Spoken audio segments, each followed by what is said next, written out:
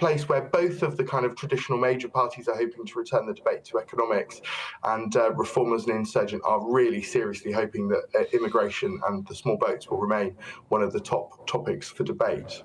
Well, I think if Rachel Reeves does put taxes up at the next budget, as everyone is now predicting, it's going to be pretty tough for Labour if the next election is fought on the economy. Just quickly, Dominic, obviously Nigel Farage and Boris Johnson can't stand each other. That's plain to see. Kemi Badenoch and Nigel Farage don't seem to get on too well either. But there are plenty of people in the Conservative Party who would like to see some kind of pact with Reform. Plenty of people who think the Tories could run the economy, essentially, and Reform could do their thing on immigration. Do you think as we get close to an election that is a realistic prospect?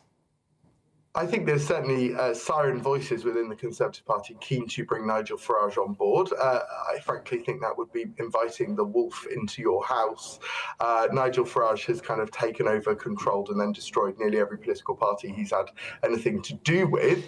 That doesn't mean he won't be incredibly successful in the next election, but no government has had significant success yet in dealing with immigration. I suspect Reform as a national government would also struggle to do what they're promising to do. We've moved from a place where mass deportations were once seen as a far-right, appalling thing to say that had kind of politicians ostracised from polite society, to Reform now talking about it very seriously. Not just Reform, Dominic, quite a lot of voters, quite a lot of Tories. I mean, quite a lot of people now see that as a legitimate option, and we'll be debating that on Saturday Morning Live later this hour. But we've got to leave it there.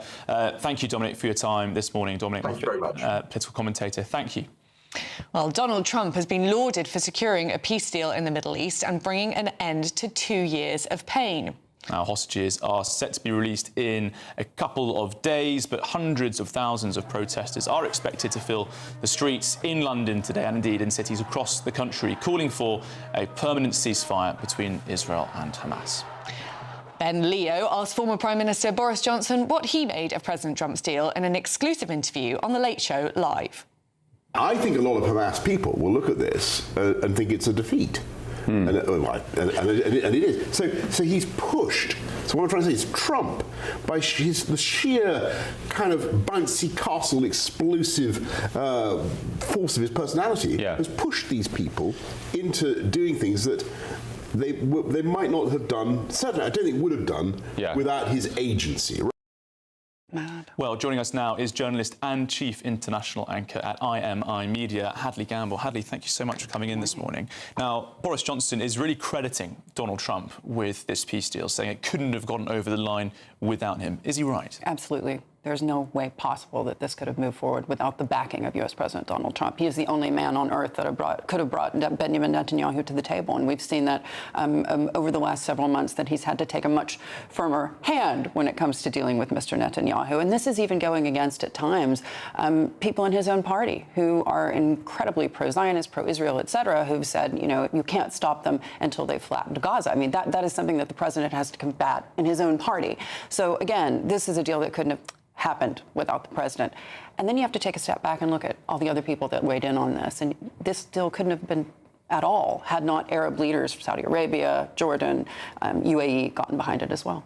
Well, Donald Trump, as you say, did something which possibly no other US president could possibly have done here, and yet he didn't get the Nobel Peace Prize. Why is that? Has it been politicised? Of course it has. This is an organization that gave a peace prize to US President Barack Obama when he hadn't even taken office yet. I mean, you can't take anything. Acceptance speech. Listen, you can't take those people seriously. The lady who accepted it essentially called the president and said, "I should be giving this to you." I'm sure he would have taken it.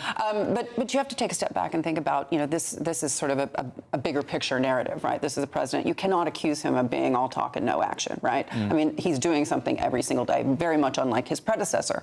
And he's talking about it every single day. I mean, just look at the above the fold of every U.S. newspaper. Usually all those stories are dominated by what the president is doing. There's not going to be questions, aren't there, about what happens to Gaza, who's going to be in charge. You've got a relative of Yasser Arafat saying Tony Blair can't be anywhere close to that procedure. Obviously, I think a lot of Arab states are expected to step in. Saudi Arabia, perhaps Jordan as well. Well, it will be their money, but not necessarily their boots on the ground, right? Because there's an element of this where there'll have to be some kind of peacekeeping force. And the Arab leaders that I speak to, you know, coming from Saudi Arabia, from Jordan, et cetera, have made it quite clear that those are not going to be their boots on the ground. And probably that makes a lot of sense, right? We don't need more strife in the region, and I think they're thinking in that vein. They certainly will commit resources to rebuild in Gaza. And I think that the socioeconomic question is a huge one. Also, of course, Hamas. How are they going to disarm them? Yeah. I mean, this is an organization. Exactly. Are we not counting our chickens a little bit soon here? Well, exactly. I mean, the devil will be in the details, as it always is, et cetera. But, you know, again, this is the opportunity now for these international organizations that seem to have done absolutely nothing in 2 years, like the United Nations, to step in and show us what they can do. And is there any kind of plan for disarming Hamas? Because surely that, you know, well, if there's still weapons on the details, streets, then... this is a big question, because it's not just in terms of what are they if they're disarmed? I mean, they are an armed militant group, right? So what does Hamas become in its second iteration? Who's going to govern Gaza? I mean, these are huge questions, right? And to the point of Tony Blair, when I was sitting with Arab leaders just a week ago in Saudi Arabia, you know, I asked, you know, really, Tony Blair? And they said, listen, if President Trump wants him, let him have him. You know, it's the least we can do. We got to this point. We got this ceasefire, and this is what we've all been asking for all of this time. So, and with Jared Kushner, the man who read 25 books on this issue and then was said to sort of overnight suddenly understand how to solve the crisis in the Middle East, he did a great job before, did he not? He did. Could he play a significant role? And that agreement has still held, despite the relentless bombardment of Gaza. That the Abraham Accords is still held. We know that he's in conversations with these guys. We know that he deals with Mr. Netanyahu, that he speaks to Arab leaders. Because remember, this is also a businessman who is, you know, essentially going out and asking for money from these sovereign wealth funds, Saudi, UAE, et cetera. So he's in bed with them both politically and financially. I mean, this is a... But is that a bad thing when you can move the dial so significantly? I mean, let's just ask that question. Because this is, I mean, a very, very uphill to climb, isn't it? Because obviously people in Gaza were raised to not like Israel in the first place. They've now seen their city destroyed. There's not going to be much of an economy in Gaza while it's all being rebuilt. So there's going to be a lot of people sitting around without jobs to go to, already very resentful of Israel.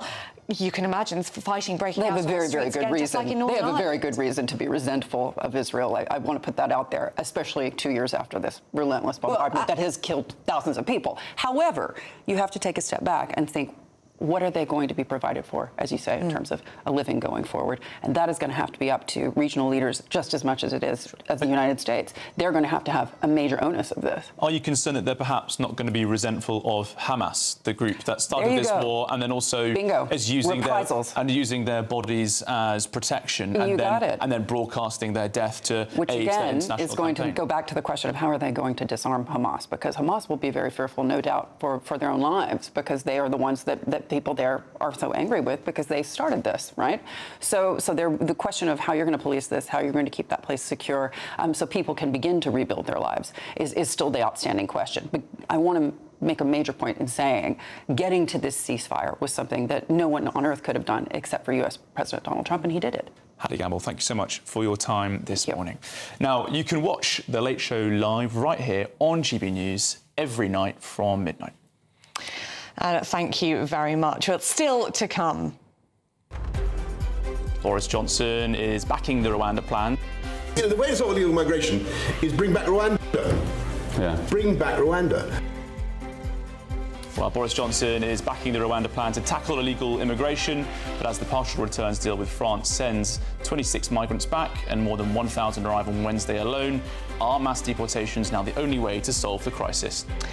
But next, more than 2.5 million people in the UK are using weight loss jabs. Have they become the new normal? We'll be discussing that and much more in the paper review. This is Saturday Morning, live on GB News, Britain's news channel.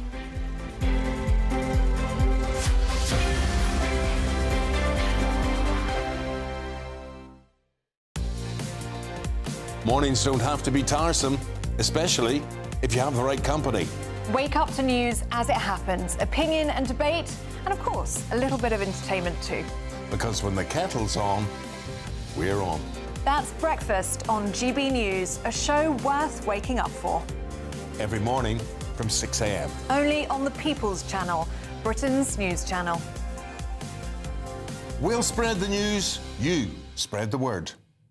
This is GB News, Britain's news channel. Already you can just see it buzzing. The New Zealand-France game is going on, the bronze final in the stadium at the moment, and there's about 45,000 people already in the stadium watching it. So the energy in this place is unbelievable, and the excitement, because this game is a real game of jeopardy, the final between England and Canada. You've got caps galore. You've been involved in coaching men and women's rugby. You won in 1994. What's it like to be a winner? Well, this is the shirt that I wore back in the day in 1994. This is my World Cup winning shirt, so I'm hoping it's going to bring a bit of luck to the girls. But it was an incredibly special time. But for me to see how the game has changed, we had 6,000 people watch us win that World Cup, and now women's sport in this country, it's our Lionesses, the Red Roses, the Cricket World Cup is the tickets are on sale for that next year, and people are choosing to watch women's sport and really, really enjoying the event. So it's fantastic, and the change over that 30-year span is quite remarkable.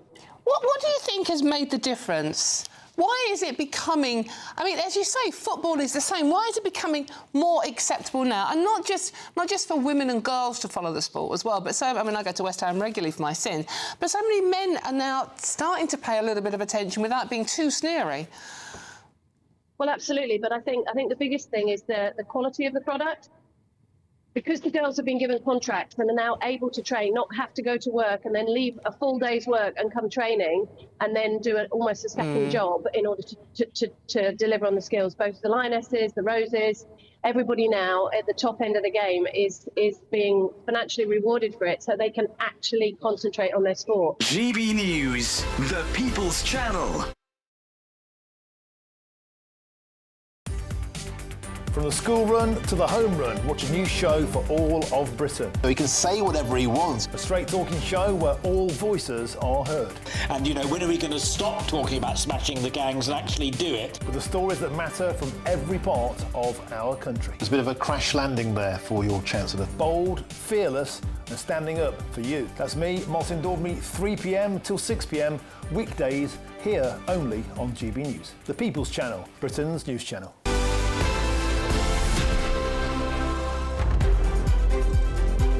Now, to look through the top stories of today, we're delighted to be joined by political commentator Lynn May and the former Labour advisor James Schneider. How are you doing this morning, both of you? Good, very well, thank you. Super. What do you want to start with then?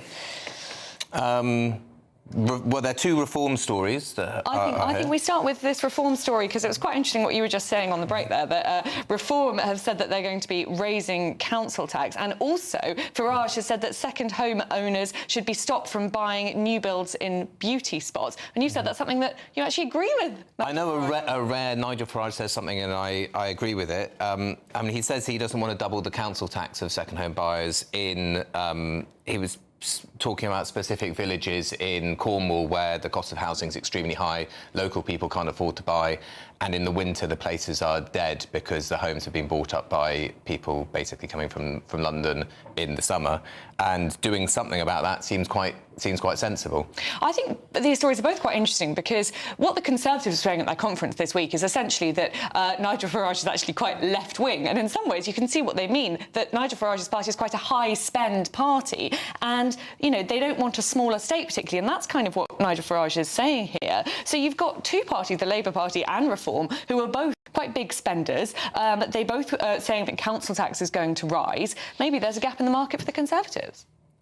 No, I don't think so in the slightest, and I'm sure Tory councils, if they've still got any, are also going to be raising council tax, like all of the councils are going to be raising council tax. Let's be very clear, all of the parties want to spend quite a lot of money. The difference is what they want to spend the money on. Reform is not a small spend party, nor are the Tories. Look at the record of the Tories in government. Yes, they take money away from some people, in my view, all the wrong people, and they give money to some people, again, in my view, all the wrong people. If you're cutting corporation tax, if you're cutting capital gains tax, if you're cutting tax for the rich, and also cutting spending that the overwhelming majority of people benefit from. And triple locking the pensions, for example, is that a concern you have as well, James? Well, I support triple locking the pensions. So not all the wrong people then. Lynn May, this is a bit of reality-biting reform, isn't it, in these council areas? I just think, well, both stories are interesting, and I think it's good for Reform to actually separate them slightly from the Tories, and I do think there is a gap in the market for that because many of what you would call the working class common man do feel forgotten, and I think Reform are trying to go down that road of we remember you, we see you, and that's why they have also spoken about the 2-child benefit cap, whereas Tories wouldn't. So I think I understand why they're doing it. I can't support it. I'm a landlord. I would want to be able to buy as many properties as I can because I believe in social mobility, especially for ethnic minorities. But with regards to the raising of council tax, they have broken their pledge that they wouldn't. And it's very easy when you are a person in the stands shouting at the pitch. And I think with reform gaining more momentum and having more local power, they will see it's not as easy as they thought it would be. I think that's a really, really important point, because previously reform, as you say, it's just been kind of pointing the finger, diagnosing the problem. Well, now they've actually got some real power. Let's see what they do with it, and let's see what happens at the May elections. But moving away from politics here, 2.5 million Britons now using weight loss jabs. I mean, it kind of is becoming the new normal, isn't it? Is that a good thing, James? It may not be a good thing. It might be. I'm not a doctor, so don't take my medical advice. Or your political advice. No, definitely take my political advice. I am a political doctor. Do take that. Don't take my medical advice. So I don't know exactly in medical terms, but there is a political angle to this, because the price of them is going up, as is the price of all of our medicines, because Donald Trump wants to have more profits for Big Pharma. And we, through the NHS, pay a lower rate for our medicines than the US, because we have the NHS, which can bulk negotiate and therefore get a cheaper price. But Trumpy is threatening to sanction us, and so we are going to have 25% or up to 25% more expensive drug prices, which will cost billions more for the NHS. I think when you have to look at this as a benefit on a local level, everything, I think people forget everything in moderation. If you are really struggling to lose weight, this is a good thing potentially, the research suggests. But what I don't like is this whole idea of I'm going to just jab myself to health and rely on it and not do anything about exercise, having a healthy diet. It is something that we need. The NHS spends $6.5 billion on, diseases related to obesity, but I just don't want to see it as a quick fix in society. It works. No, because it's like, OK, if you are massively overweight and you've been struggling, yes, OK, but then look at the other elements of your diet and your lifestyle. They do say that to people. I think it's not like have a jab and then go away. They do actually. There's a wraparound service provided, but I mean, people are so polluted about these miracle want drugs quick fixes, and I don't believe in any. You believe in quick fixes all the time. We all do. We've got. But I also believe in being self-reliant to do things in a natural way as well. I don't just believe in jabbing yourself and taking it. For example, if you have a headache, don't automatically go to the paracetamol. Have I drank enough water today? Am I eating a healthy diet? I'm not saying never take a paracetamol. I think a balanced lifestyle is essential. Should we talk about these protests going on today? Because this is a pretty significant moment. Well, it's a very significant moment in the Middle East with this peace deal coming along, James. But we're still going to see thousands out and about today protesting against the situation in general. What do you think those protesters are angry about now, considering that Hamas, the group that was holding out against this deal, has now agreed to it, and we're going to see hostages released and an end to the war? Well, the protesters against the genocide in Britain never said that we were taking our political line from Hamas or what Hamas was doing in the negotiations. I think that people out today will be protesting the fact that there's been 2 years of genocide and our government has been supportive of it. And while, of course, people, the scenes that we're seeing of people being able to go home and the exchange of hostages, Israeli hostages for Palestinian hostages, is a very good thing. Trump's, ongoing plan, the colonization plan, which includes the continuing military occupation of Gaza, the lack of self-determination for the Palestinian people, no Palestinian state, and so on and so forth, are all things which continue the decades-long dispossession and denial of the Palestinian people. So if peace does break out, if the hostages are released on Monday, we're already seeing people going back to Gaza City, already seeing, money is going to be pumped into Gaza to try and help Gaza rebuild.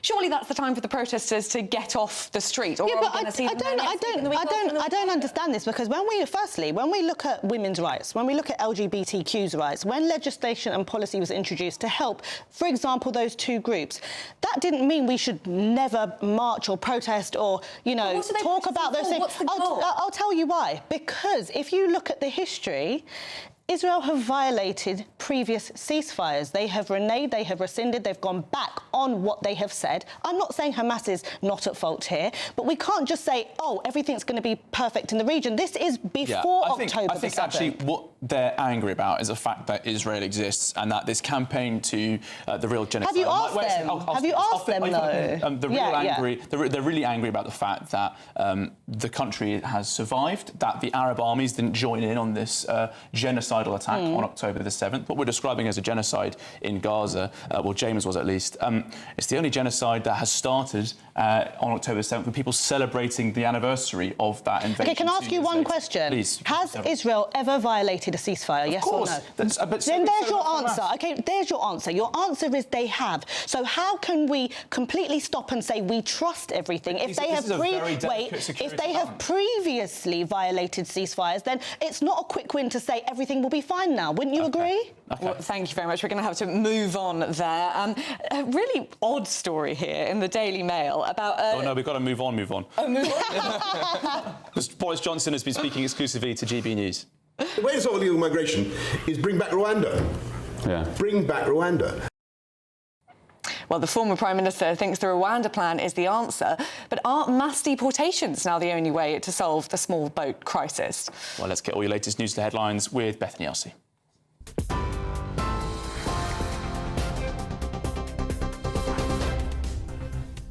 Thank you both. Good morning. The headlines from the GB newsroom.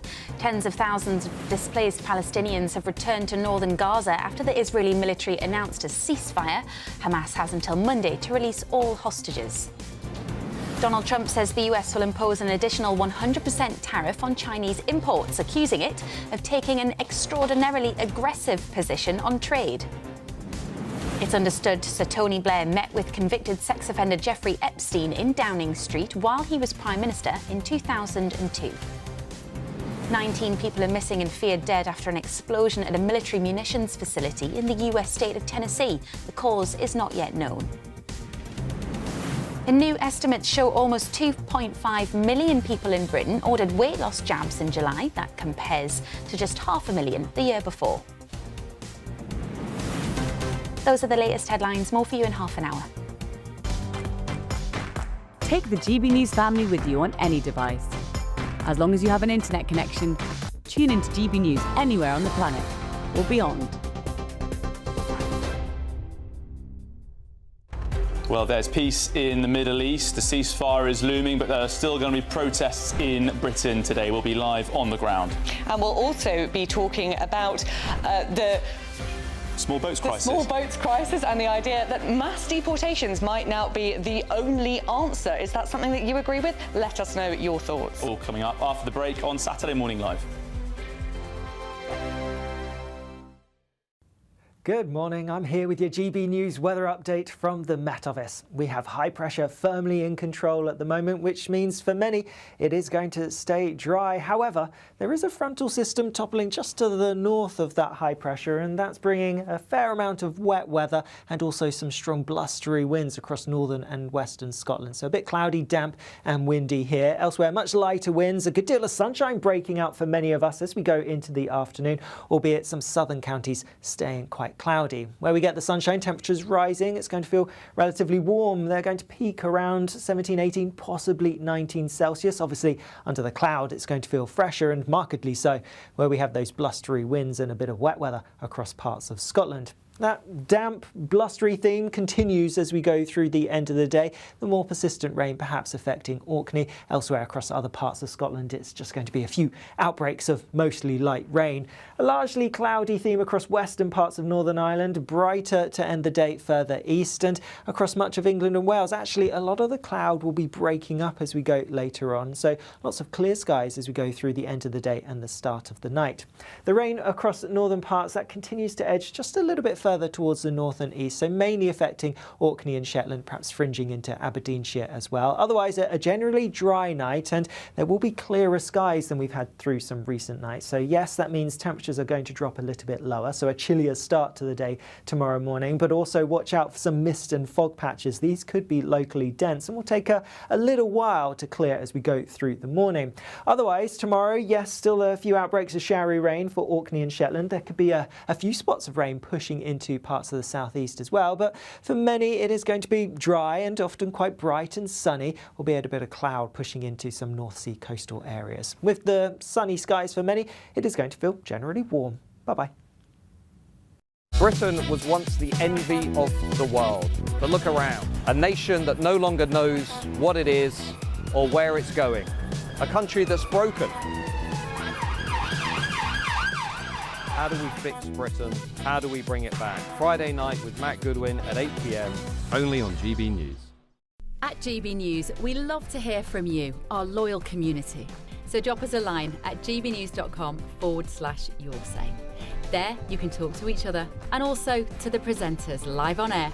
gbnews.com/yoursay, because GB News is your channel, Britain's news channel. Join me, Nana Akwe, for an informative, interactive news programme with a difference. It's fun. No, he didn't say that, Dave. I'm so surprised. I think there's an element of truth to that. Join me from 3 p.m. every weekend, only on GB News, Britain's news channel.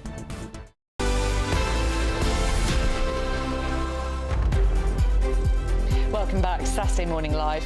Well, more small boat crossings are expected over the course of this weekend as good weather persists in the Channel. Now, 26 individuals have been returned to France since the partial returns deal came into force, but that's as more than 1,000 migrants crossed the Channel on Wednesday alone. So, as the policy seemingly struggles to cope with the numbers, are mass deportations now the only way to get the small boats crisis under control?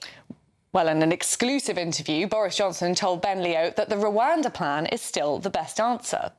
Bring back Rwanda. We face a nightmare of thousands and thousands of people coming across the Channel on boats. We could have fixed it. We should fix it if we had the Rwanda policy, which is basically don't let them even bounce on you, hit them back on the volley. Well, joining us now is the director of the Afghan Human Rights Foundation, Mohammed Azif, and international security and border control expert Henry Bolton. Henry, I'll start with you. Mass deportations, it's been a plan put forward by Rupert Lowe's group this week. They've put out 100 or so pages on a proposal there showing that of the over 150,000 who've arrived by small boat, around 6,000 have been returned. Clearly, that has to be ramped up. Yeah, it does. But Rupert's also not on Restore UK are not just talking about people who've arrived by boat. We should be clear about that. It's also about people there are around about 900,000 people in the United Kingdom, it's estimated, who are here illegally or unlawfully. They've overstayed or whatever it may be. Those people they are here unlawfully. They have no status here. They should be returning. And that's the underlying principle. Regarding the boats, I mean, Boris Johnson's right in principle, wrong in detail, because the Rwanda plan and the legislation that the Conservative government put out to enable the Rwanda plan, that legislation had one major loophole or gap in it, which is actually the reason Robert Jenrick resigned from the government. But you've got to have watertight legislation to ensure that your policies can actually be implemented. And that was a problem with the Rwanda legislation. But the principle is absolutely right. People will continue to come to the United Kingdom if they have a motivation and an incentive to do it. So as long as it's attractive, and they will continue to come here if it's attractive, if they are not returned the moment they get here. Henry, I'm just going to bring in Mohammed here. Mohammed, what do you think of the idea that mass deportations might be the only way to tackle the problem? There's a YouGov poll suggesting that 45% of Britons now think that this is a good idea. Are they wrong? First of all, I think you guys are always mixing, migrants and asylum seekers and refugees. When you talk about migrants, they're totally different from people seeking sanctuary and asylum in this country. And what I see every day, every single day from your channel, your panels, and those who are coming on your shows, mixing everything. Asylum is a fundamental human right, and I say this many, many times, and I repeat myself.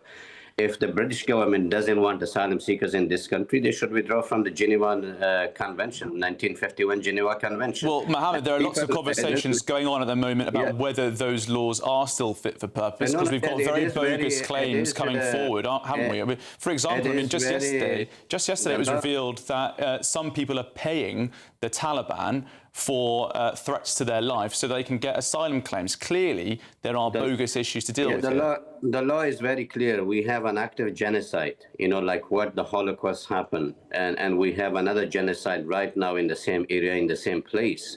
That people from Gaza, what if they're coming here seeking asylum? Are you going to deport them back to Gaza, where we see a genocide 24/7? The same happened in Afghanistan.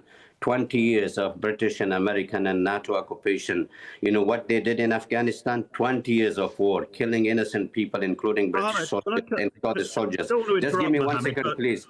And 20 years later, they replaced with the Taliban with the Taliban. So we need to fix the system rather than blaming asylum seekers or refugees. I'm not talking about migrants. I'm talking about asylum seekers and refugees in this country. Rather than blaming asylum seekers and refugees for the collapse of the system here, you should be blaming the system rather than the victims of persecution, illegal wars. Let's give Henry a chance to say what he has to say.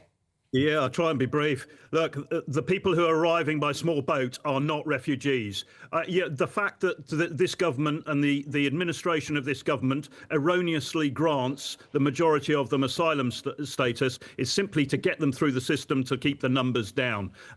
That's the only reason. What do you tell the Afghans? I'll let you finish. Please let me finish as well.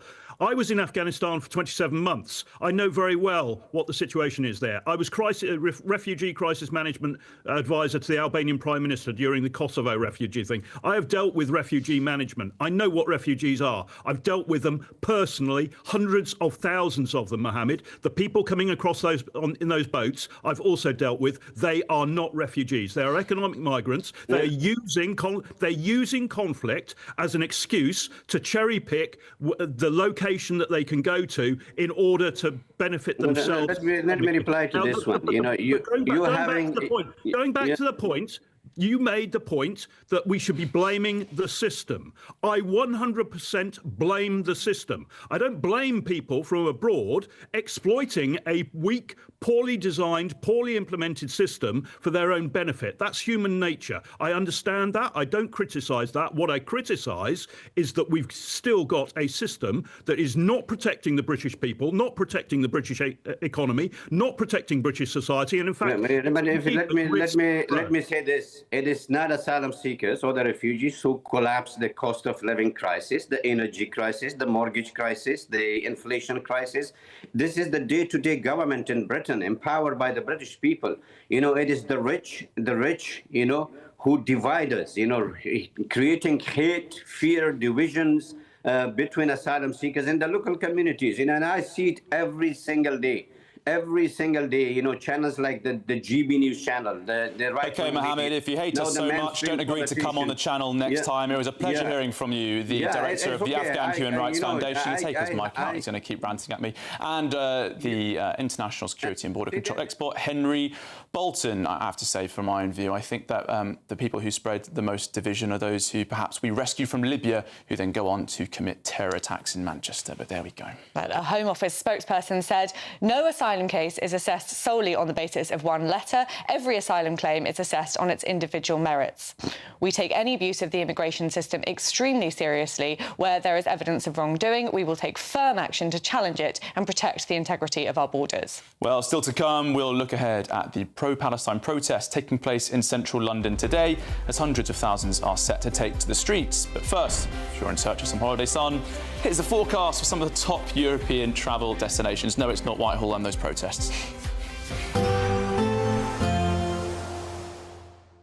I forecast a perfect holiday in the sun. Weather looking good then? For sure, and no worries about our travel insurance. All Clear Travel Insurance sponsors GB News Travel Destinations Forecast. Storm Alice continues to bring heavy thundery rain to eastern parts of Spain, including the Balearics. Some places could see 50 to 100 millimetres of rain in just a few hours, and these totals will continue to build up for a little while yet. Eventually it is going to ease and clear away, and actually elsewhere there's a lot of fine sunny weather across much of southern Europe as we go through Sunday and into the beginning of next week. Oins in the sunshine, feeling pretty warm. See you later. All Clear Travel Insurance sponsors GB News Travel Destinations Forecast.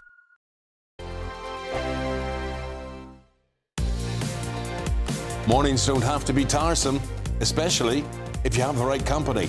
Wake up to news as it happens, opinion and debate, and of course, a little bit of entertainment too. Because when the kettle's on, we're on.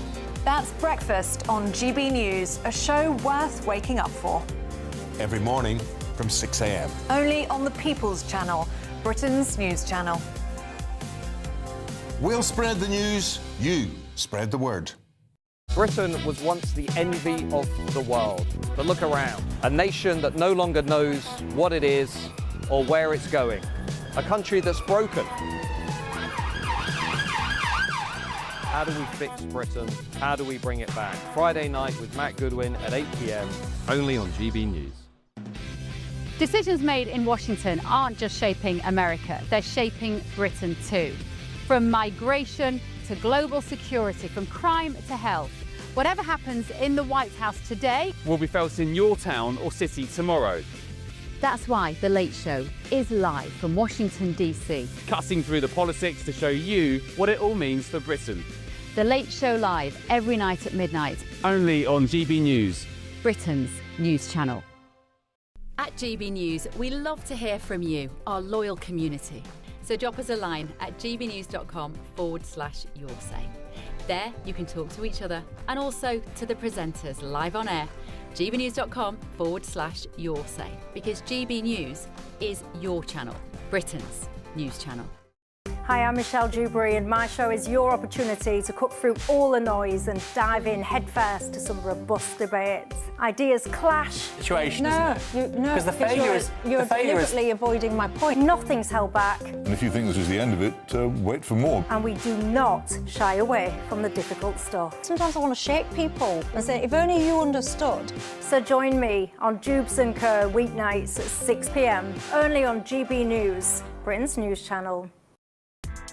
Join me, Nana Akwe, for an informative, interactive news programme with a difference. It's fun. No, he didn't say that, though. I'm so surprised. I think there's an element of truth to that. Join me from 3 p.m. every weekend, only on GB News, Britain's news channel. You want to know what's really going on in the corridors of power? Labour don't know what to do with you half the time, and that makes you quite lethal in the chamber. Get behind the headlines with Chopper's Political Podcast. Join me, Christopher Hope, as I sit down with the great and the good of British politics. We'll see where this ruling takes us. These are the stories shaping our nation. Chopper's Political Podcast, available now on all platforms. Listen in and stay ahead.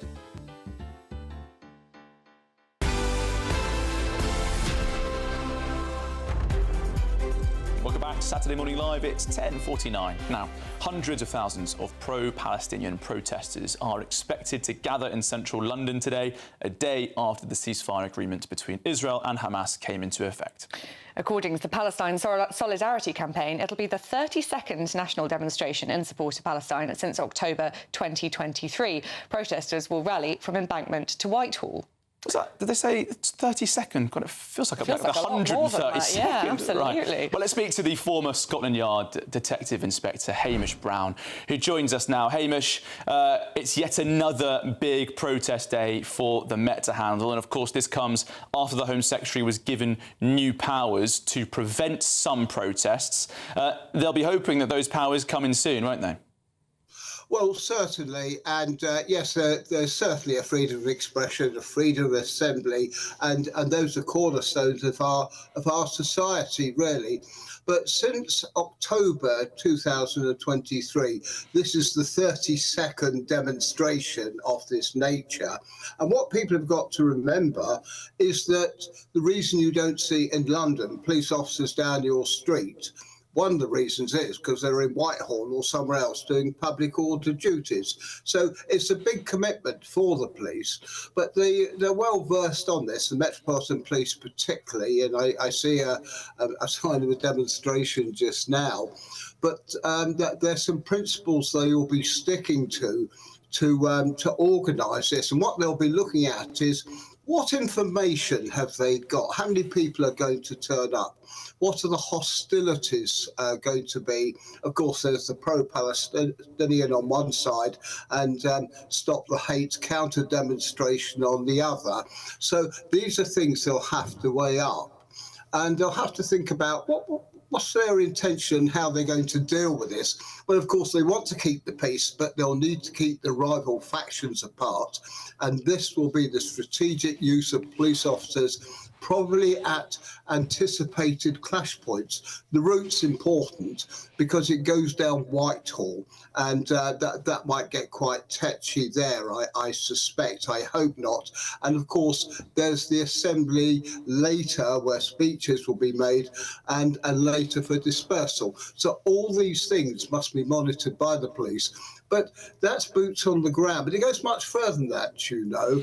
I hope people aren't arrested. They have to be, so be it. But you can't put both factions in the one police van or the one police station. So you're going to have different places they'll go to. And on the same token, I hope there aren't injuries, but if ambulances are called, you shudder to think of two different factions going in the same ambulance. So they'll have to go to different hospitals. And I hope police officers aren't injured, but they'll have to go to a different hospital as well. So huge amounts of planning in this. And the welfare of the police, may I say, is important. Rest breaks, toilet breaks. You can't leave someone there for hours without feeding them or giving them a break. So huge administration, but the police and the public order branch at Scotland Yard, well versed with this, and let's hope for a peaceful demonstration. It's another tall order, though. Huge amounts of logistics, huge amounts of planning, also huge amounts of taxpayer money. I dread to think how much taxpayer money has been spent on those 32 protests over the last 2 years. And do police officers who you've spoken to on the ground at these protests think that there is now an end in sight to the protests, or will people just keep turning up Saturday after Saturday, no matter what? Well, it's interesting because we've got the peace process down, the ceasefire, and I'm sure we all hope that that will continue. How helpful the demonstration will be to adding to this is really a matter of opinion. But I was a police officer starting in the early mid-70s, and I was on many demonstrations as a serving officer. And you had this rent-a-mob type of thing, people just attaching themselves to demonstrations, and I had a feeling... OK, Hamish, I'm afraid we'll have to leave it there. We're running out of time, but thank you very much for your time this morning, and we've got lots more to come on Saturday Morning Live today, including more of today's top stories and more from our exclusive Boris Johnson interview and a fascinating warning about screen time for children. Don't go anywhere here on Saturday Morning Live. I'm looking forward to the latest from that Boris interview. Me too, absolutely. All right, see you back after the break for 11 a.m.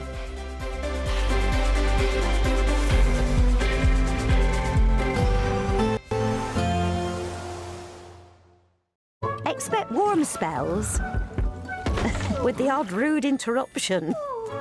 Boxed Boiler sponsors the weather on GB News. Good morning and welcome to your latest GB News weather update from the Met Office. The dry theme continues for most of us this weekend. There will be some sunshine, a bit more in the way of sunshine compared to recent days too. But further north across northern Scotland, we have got this weather front, and that's going to just bring a little bit of patchy rain through the course of Saturday, and also a little bit breezier here. But otherwise, high pressure dominates through today and into tomorrow as well. The best of the sunshine this afternoon probably across northern England, southern and eastern Scotland, but I'm hopeful that there will be some breaks in the cloud across parts of Wales and more southern parts of the UK as we go through the afternoon, but still holding on to quite a bit of cloud here and also across Northern Ireland and northern Scotland. Here the cloud thick enough to bring some outbreaks of rain, particularly for the northern Isles of Orkney and Shetland, but for eastern Scotland 18 or 19 degrees for Aberdeenshire, so feeling pleasantly warm in any sunshine through the course of this afternoon. That rain, though, will continue off and on as we go through this evening across primarily Orkney and Shetland, but it's still quite damp across the Western Highlands as well, with the wind coming in off the Atlantic. Some late sunshine, though, for Angus, Fife and Aberdeenshire, so here a pleasantly warm afternoon to come. Cloudy skies for Northern Ireland and still fairly cloudy across some southern counties of England this evening, but again, a better prospect of seeing some late sunny intervals in places. And as we go through the course of this evening, that cloud will probably tend to break up a bit more widely. So I am hopeful that we'll see some lengthier clear periods across parts of England and Wales especially. So fog will be an issue for Sunday morning, probably most prevalent and widespread across parts of Wales and the Midlands. So here's some quite dense patches and temperatures perhaps falling down to low single figures in some rural areas where skies stay clear. But it will be quite a misty and murky start for some of us on Sunday morning, particularly across Wales and the Midlands. That fog taking most of the morning to clear for some of us. But otherwise, generally a much sunnier day to come for the vast majority, particularly for England and Wales and southern and central Scotland. The rain in northern Scotland also easy, and temperatures in the sunshine feeling pleasant with highs of 17 or 18 degrees. Expect warm spells with the odd rude interruption. Boxed Boilers sponsors the weather on GB News. There's just 3 weeks left to see how you could be our biggest winner this year. First, you could be driving away with this brand new Benamar Primera motorhome. This luxury vehicle comfortably sleeps 4, has its own fitted kitchen and bathroom areas, and comes complete with fitted awning and bicycle rack. And that's not all, as we'll also give you a whopping £30,000 in tax-free cash to spend however you like. For another chance to win, text WIN to 63225. One entry costs £2.50 plus one standard network rate message. Or text BONUS to 63225. 5 entries cost £5 plus one standard network rate message. Go to gbnews.com/win. Entries start at £2.50. Call 0903 686 3232. Calls cost £2.50 plus your network access charge. Or post your name and number to GB16 PO Box 8690 Derby DE1 9TT. UK only. Entrance must be 18 or over. Lines close at 4 p.m. on the 31st of October. Please check the closing time if listening or watching on demand. Welcome back to Britain's Newsroom with Andrew and Beth. Hello everyone, Patrick Christie's here. I'm Michelle Duke, Britain's News Channel. Access the stories that matter to you. Take the GB News family with you on any device. And as long as you have an internet connection, tune in to GB News anywhere on the planet or beyond. GB News, the People's Channel, Britain's News Channel. From the school run to the home run, watch a new show for all of Britain. He can say whatever he wants. A straight talking show where all voices are heard. And, you know, when are we going to stop talking about smashing the gangs and actually do it? With the stories that matter from every part of our country. There's a bit of a crash landing there for your Chancellor. Bold, fearless and standing up for you. That's me, Martin Daubney, 3 p.m. till 6 p.m, weekdays, here only on GB News. The People's Channel, Britain's news channel. Westminster's full of talk, but out here, it's the real world. Am I allowed to talk now? No, that's it. This is where it matters, real people and real lives. That's what politics is all about. In fact, has Trump made a good start? No. Straight answers, no spin, and just a couple of pints. How many fingers have I got up? About 10. So join me for Lee Anderson's Real World every Friday at 7 p.m, only on GB News. The People's Channel, Britain's news channel. You want to know what's really going on in the corridors of power? Labour don't know what to do with you half the time, and that makes you quite lethal in the chamber. Get behind the headlines with Chopper's political podcast. Join me, Christopher Hope, as I sit down with the great and the good of British politics. We'll see where this ruling takes us. These are the stories shaping our nation. Chopper's political podcast, available now on all platforms. Listen in and stay ahead.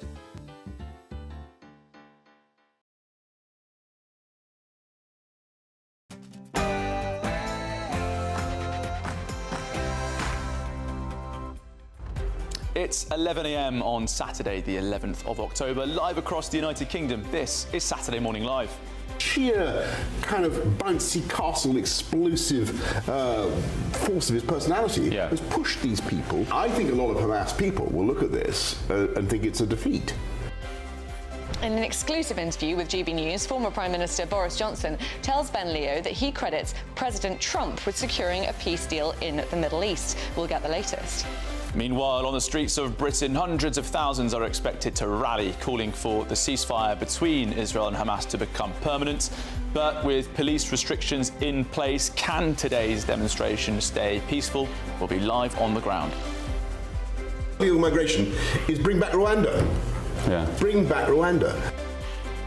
Boris Johnson still backs the Rwanda plan to tackle illegal immigration, but as the partial returns deal with France sends just 26 migrants back, while more than 1,000 arrive on Wednesday alone, are mass deportations now the only way to solve the crisis?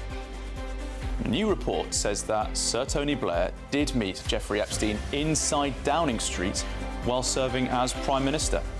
And the Princess of Wales has intervened in the screen time debate this week, while a new study from Canada published yesterday revealed that primary school children who spend a lot of time on screens perform worse in reading and maths tests. We'll be discussing the impact the digital age is having on our kids. The biggest stories, boldest opinions and liveliest debates over the next hour. I'm Olivia Utley. And I'm Charlie Peters. Your weekend starts here.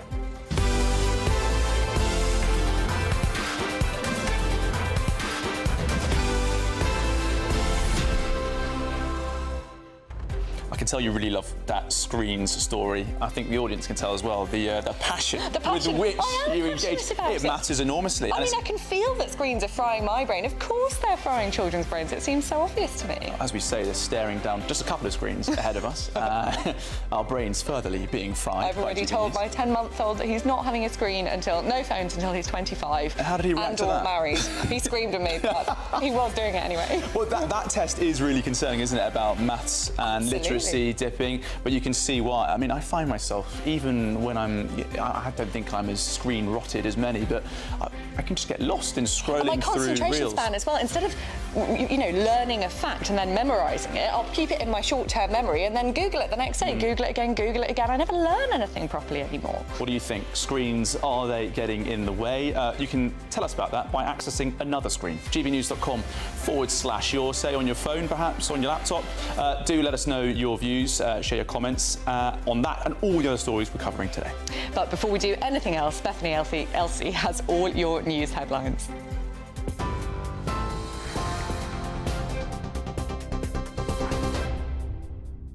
Thank you both. Good morning. I'm Bethany Elsie with your top stories from the GB newsroom at 3 minutes past 11. Tens of thousands of displaced Palestinians have returned to northern Gaza after the Israeli military announced a ceasefire. Israel agreed to the deal with Hamas yesterday morning, pulled back its troops and is now allowing aid trucks to enter. Hamas has until Monday to release all hostages, after which Israel will free nearly 2,000 Palestinian prisoners. Mediators hope the ceasefire could see an end to the two-year conflict. Security expert Yossi Kupuwasa says he's cautiously optimistic. It all depends on whether the next stage is going to be possible, and this is the disarming of Hamas and delivering the responsibility for Gaza Strip to the technocrats, Palestinian technocrats supported by international bodies. If this is going to be implemented, then I'm going to be even more optimistic. Donald Trump says the US will impose an additional 100% tariff on Chinese imports, accusing it of taking an extraordinarily aggressive position on trade. The US president announced the move on Truth Social, saying it was in response to new Chinese restrictions on exports of rare earth materials.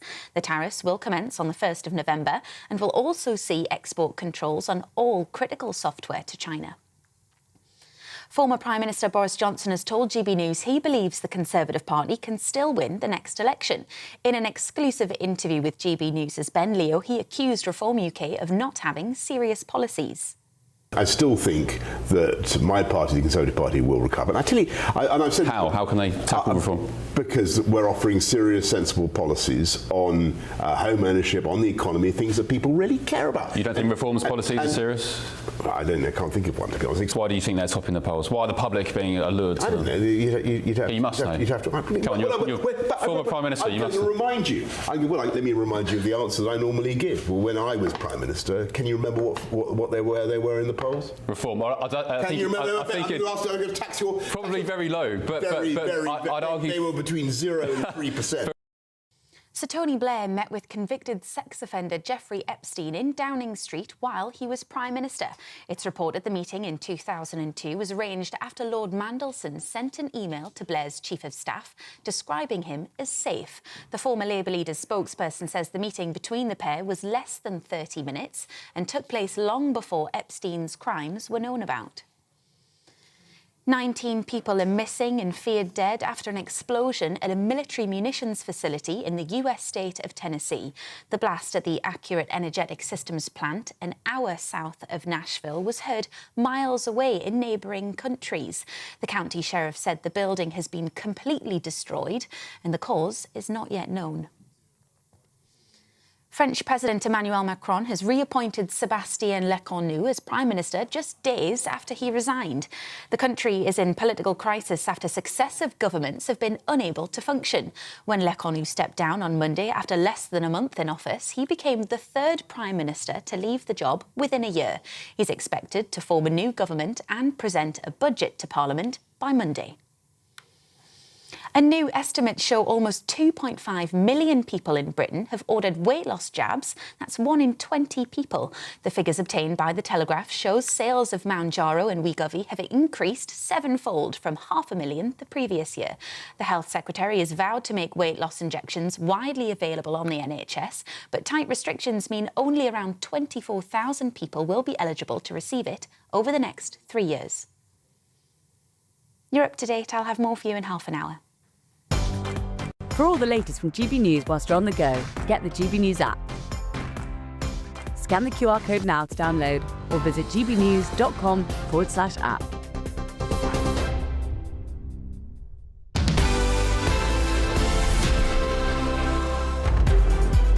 Thank you, Bethany, and welcome back to Saturday Morning Live with Charlie Peters and Olivia Utley.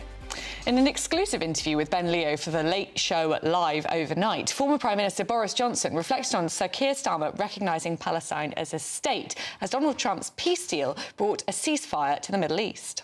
Prematurely recognising a state when it doesn't really exist makes no sense. Yeah, and also... in my view, it did nothing.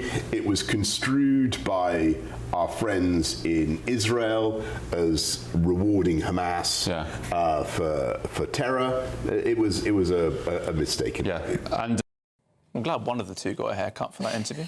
The former Prime Minister also touched on the future of the Tory party and the threat posed by Reform UK. He said the Conservatives still had a future. I still think that my party, the Conservative Party, will recover. And I tell you, I've said how can they tackle reform? Because we're offering serious, sensible policies on home ownership, on the economy, things that people really care about. You don't think reform's policies are serious? I don't know. I can't think of one, to be honest. Except they don't want to reform welfare. That's the only thing I can think of. They don't want to scrap the two-child the cap on benefits for families with more than 2 children. They do want to scrap that, yeah. No, they do want to scrap it. Yeah. Mass deportations. And I think it's completely mad. You know, why should working people be paying more and more in their taxes for families that choose to have more and more kids? Well, with us now is the Associate Editor of Labour Uncut, Kevin Marr. Now, Kevin, what do you make of that interview? Do you think that there's any chance that the Conservatives could make a resurgence and be the opposition to Labour at the next general election? Well, I think you'd have to look back over 250 years of British history and say that the Conservative Party has been written off on many, many occasions. I remember, even in my political lifetime, after the 1997 book after book that came out that said the Tories will never win again, that they've finished, that there'll be a realignment on the right. And of course, none of that happened, and the Tories bounced back eventually in 2010 under David Cameron. I mean, the Conservative Party has a kind of vampiric quality, a few drops of Virgin's blood on its lips and it bounces back to life. And I think that there's a very good chance that happens again. I mean, we're in an extraordinary period in British politics where we've got so much energy that's on the political right in reform and so much energy that's now on the political left with Jeremy Corbyn, Zara Sultana, Zach Polanski leading the Green Party as well. An awful lot of energy, a lot of noise from the peripheries, if you like, of British politics. And red-blue politics is there somewhere in the middle between the Labour Party and the Conservatives. In the poll yesterday, I think both on about 17%, which is pretty much in the doldrums. But there's no reason that this is going to stay like this over the course of this Parliament. We're a long way off a general election, you know, middle of 2029 probably. A lot will change before then. And, you know, if the economy starts to normalise and come back to life and we get growth and we get inflation down and all the rest of it, the mood in the country might change again. But it might not. And the question for all political strategists in all parties is, are we seeing a paradigm shift? Is this a permanent change of direction for our political system? Or is it going to, like so many times before in British politics, it stretches and it stretches and it stretches, but eventually it snaps back into a familiar shape. So Boris Johnson is right in terms of the Conservative Party has a very good chance of bouncing back again. I think the bigger question is, why is the Conservative Party in the mess that it's in? And I think Boris Johnson Esquire is more responsible than just about anybody else for the. That's what I was going to put to you, Kevin, because of course, as you say, British politics is fizzing at the moment. So much energy on all sides, but a lot of it is reacting to some of the decisions taken by the Conservative Party when they were in power. And perhaps, to borrow from your vampire analogy, this is a bit of a kiss of death, perhaps, from Boris Johnson to have his support on this, because of course a lot of the anger in the Conservative Party and on the right more generally is about immigration and the so-called Boris wave. We're even hearing Sir Keir Starmer referring to that in interviews with GBNews. Do you think some Conservatives will be a bit annoyed that Boris Johnson is coming out in this way? I think. I mean, I watched the clips there, and it's, you know, it's vintage Boris Johnson, you know, the clown prince of British politics and all that. But what struck me, my immediate takeaway is he's a figure of the past. He's a figure that now looks increasingly redundant in terms of even his advice to his own party, and yes. You know, that Boris Johnson had it all in 2019. He won a general election. He knocked the stuffing out of the Labour Party, 80-seat majority, captured the Red Wall, working class areas that never voted Tory ever. You know, we had, you know, Britain was leading the way in the COVID jab rollout and all the rest of it. You know, levelling up was a great political phrase. Unfortunately, there was never any meaning attached to it. And of course, when he talked about getting Brexit done, he immediately undid Brexit with the Boris wave, as you alluded to a minute ago. You know, 1.9 million immigrants came to this country between 2019 and 2024 on the last Conservative government's watch, you know, and that has poisoned the well. I think for the Conservative Party, you know, the Tory voters, people who are concerned and bothered about the country and in its future and the composition of the country, you know, look at the Conservative Party and sort of say, well, you completely failed us. You know, you didn't do what you said you would do. The East Europeans, in a sense, moved out after Brexit, and you replaced it with people from Africa and Asia coming in here, often as cheap workers in the black economy. We don't want that. So we've gone for the full fat option, which is reform, which looks like they may do something about it. So a lot of the problems that the Tory party's got that Kemi Badenoch is trying to unpick are the direct result of Boris Johnson, who we have to remember was forced into the most humiliating resignation as a Prime Minister since Neville Chamberlain. Of course, 43 days later, his successor was forced into an even more embarrassing and humiliating resignation because of Liz Truss's botched budget. So that period when the Tory party could have reshaped British politics between 2019 and 2024, they absolutely blew it. And the modern-day Conservatives are now living with the legacy that Boris Johnson and Liz Truss have left them, and it's not a good legacy.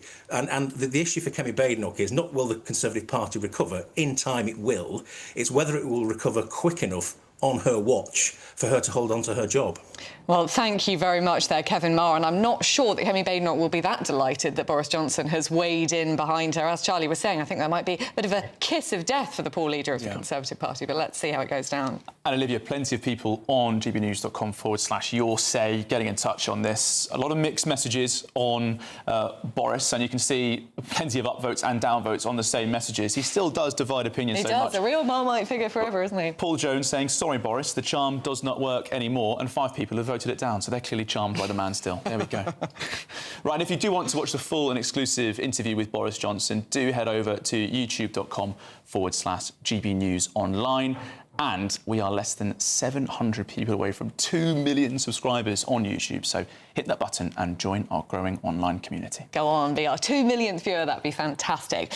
But on to more serious things. Donald Trump has been lauded for securing a peace deal in the Middle East and bringing an end to 2 years of pain. Now, the hostages are set to be released in just a couple of days. And former Prime Minister Boris Johnson, he's back again. He told Ben Leo on The Late Show Live that President Trump deserves credit for the deal. I think a lot of Hamas people will look at this and think it's a defeat. And it is. So he's pushed. So what I'm trying to say is Trump, by the sheer kind of bouncy castle, explosive force of his personality, has pushed these people into doing things that they might not have done, certainly I don't think would have done, without his agency. Well, President Trump has also made a splash in economics overnight, threatening to slap China with fresh 100% tariffs. With us now in the studio is Republican commentator Nora Lee Knutson. Now, Nora Lee, what do you make of this? Well, clearly they've got the meeting coming up, and Trump last met Xi in 2019, and the 90-day truce on the tariffs is going to expire in November. And U.S. lawmakers on Tuesday were threatening further export controls on chip-making components to China. This is Xi basically using the leverage that they have, being the #1 exporter of rare earths, the U.S. being the #1 importer of rare earths, which is key to the AI industry, to the defense industry. It's key to electric vehicles. And so Xi has basically said, we've got a lot of leverage here, and we know Trump responds to leverage, so they're going to sit down, they're going to negotiate, and I think they will find a solution to this because they need each other. Nora Lee, I mean, at the same time in this country, we're having a very strange and curious briefing debate about China, its relationship with Britain. The US president is calling it very hostile and saying that the world is becoming captive to Beijing. It's a remarkable split between the United Kingdom and Washington on this issue. Well, it is very hostile because, as we know, rare earths are key to the military. And clearly we've got the conflict going on between Russia and the Ukraine. Russia, India and China had their summit in Singapore, and they're cooperating, in Shanghai, actually. They are cooperating, so they're showing a united front. But what we see is we live in a world where we are codependent. And for any progress we're going to be making in AI, with defense, with electric batteries, we are dependent on China. And China's trying to slow us down in the U.S. by announcing that they could limit or control the export of rare earths, because then they can actually work on building up their military if we don't have the components we need. I mean, Donald Trump has been a very busy man this weekend, hasn't he? Because he has managed to get this deal apparently over the line between Israel and Hamas, and then he was snubbed for the Nobel Peace Prize. How do you think he's feeling about that in the White House now? Donald Trump is a positive man. He is somebody who's going to feel very proud that he accomplished what most said was impossible. Yes, he will feel snubbed, but the whole world is recognizing that Donald Trump is a man of action. And only Donald Trump, I think, could make this happen. And it's clear the Arab powers respect him 100%. Specifically, whereas perhaps before, there's some reporting coming out over the weekend about how Joe Biden perhaps had the opportunity to do this, didn't take it, was a bit weak with Benjamin Netanyahu and the other powers in the region. It's clear that those in Riyadh, in Amman, in Jordan as well, of course, they look at President Trump, and I think they're sort of petrified of him, right? No, they see a man who is a deal maker, ultimately. Trump has always said he wants everybody to prosper. He wants everybody to be treated fairly. And so it's an opportunity to focus on the positive here and how peace and justice can lead to prosperity for all in the region. Yeah, I mean, Donald Trump has his detractors. He's a Marmite figure, a little bit like Boris Johnson. If this peace deal does hold, at least for the time being, do you think those detractors will quieten down a little bit, or will the haters hate? I think, as you say, if you don't like Marmite, you're never going to like it. So the haters will always hate, but history will never forget. If this peace deal does hold, history will never forget, and all of our children will forever remember that Donald Trump was the man who changed the Middle East. Yeah, after the war ended in the Western Balkans, we saw lots of children in Kosovo being called Tony Blair. Do you think perhaps there could be some Arab children named after Donald Trump as a consequence of this peace deal? I think that's a funny thought. I'm not sure that it would happen, but I think, Trump will go down as the man who changed the Middle East. I appreciate that was a pretty tough question. All right, Norrie Knutson, thank you so much for your time this morning. God, what a change since Donald Trump's first presidency, isn't it? A real different landscape. But still to come, the Princess of Wales has intervened in the screen time debate this week, and a new study shows that primary school children who spend a lot of time on screens perform worse in reading and maths. We'll be discussing the impact the digital age is having on our kids. But next, has the National Trust confused some male visitors because they're offering them vegan tampons in their loos? Yeah, well, there's a lot to get through there, isn't there? Vegan. We'll be discussing that and more in the papers, because this is Saturday Morning Live, only on GB News, Britain's news channel.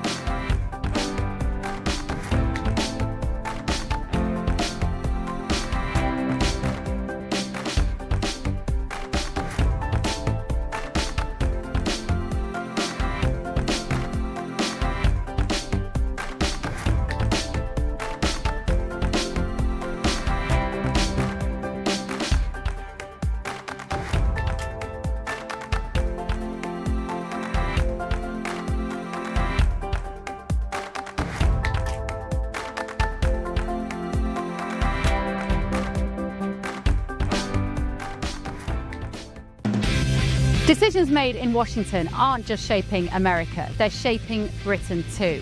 From migration to global security, from crime to health.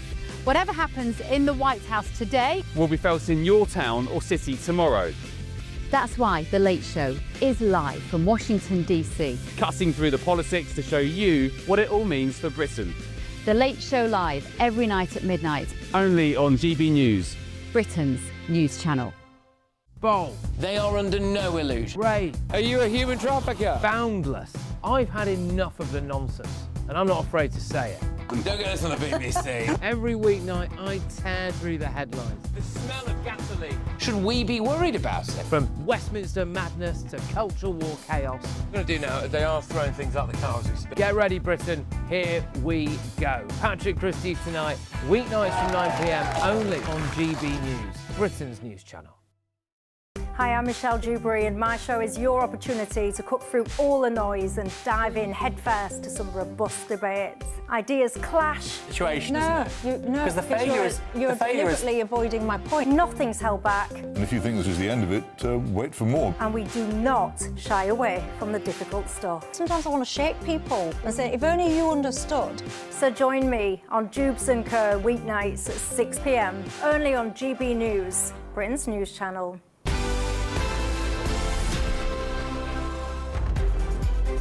Welcome back to Saturday Morning Live. It's 11:24 and it's time for the Great British Giveaway now. And let's take a listen to what Jane had to say about being a GB News winner. Hi, I'm Jane from Manchester. I won £54,321 with the Great British Giveaway. Well, the day I got the phone call was unbelievable. First of all, I didn't believe a word. After the next couple of days, I did start to realise that this is real. And the money went into my account on the Friday while I was out with my dog, actually. Every stress and worry I had just seemed to disappear. Oh, definitely, please enter. It's like it is real, and it does happen to everyday people like myself. And that one text has just made my life 100% better. Well, if you'd like to be a winner like Jane, here are all the details you need to be just like her.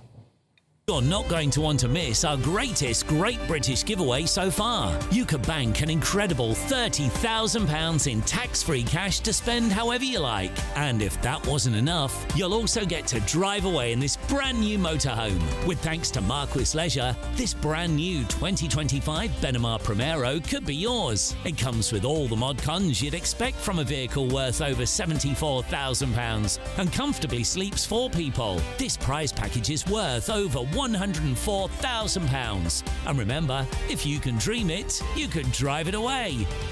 For another chance to win, text WIN to 63225. One entry costs £2.50 plus one standard network rate message. Or text BONUS to 63225. 5 entries cost £5 plus one standard network rate message. Go to gbnews.com/win. Entries start at £2.50. Call 0903 686 3232. Calls cost £2.50 plus your network access charge. Or post your name and number to GB16 PO Box 8690 Derby DE1 9TT. UK only. Entrants must be 18 or over. Lines close at 4 p.m. on the 31st of October. The winner will be contacted live on GB News, week commencing 10th November. Please check the closing time if listening or watching on demand. Good luck.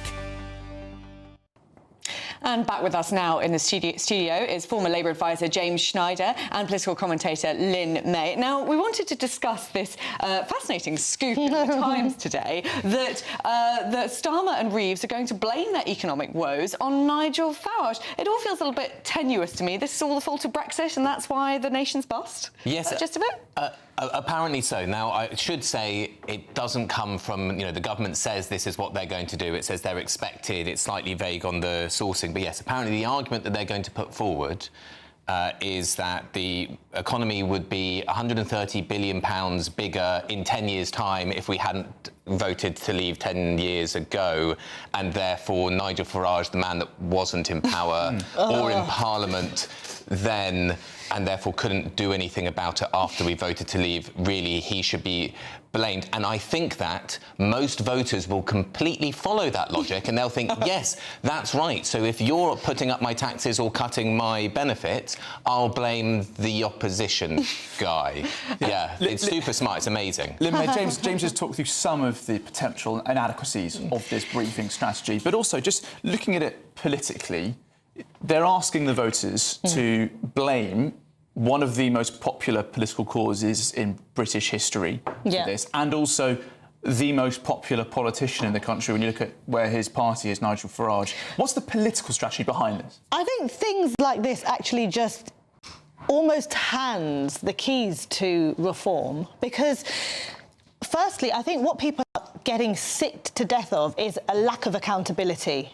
It's nothing to do with borrowing hitting its highest since 1998, which wasn't because of Brexit. It's nothing to do with, Rachel Reeves and her policy and her fiscal plan. It's all to do with Brexit.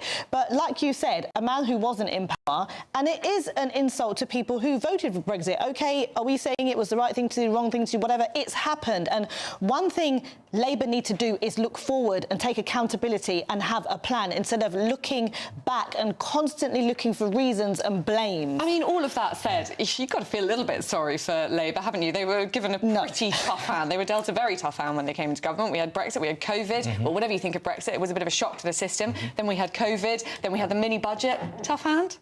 Tough hand, played extremely badly with no plan, and which is why now, if you imagine these are straws, they're trying to grab them because they don't have any policies. What they should be reaching for is some policies which they had 5 years to prepare for dealing with the problems that are there, rather than thinking they would just turn up and then some nice man in the Treasury would say, aha, we have the budget.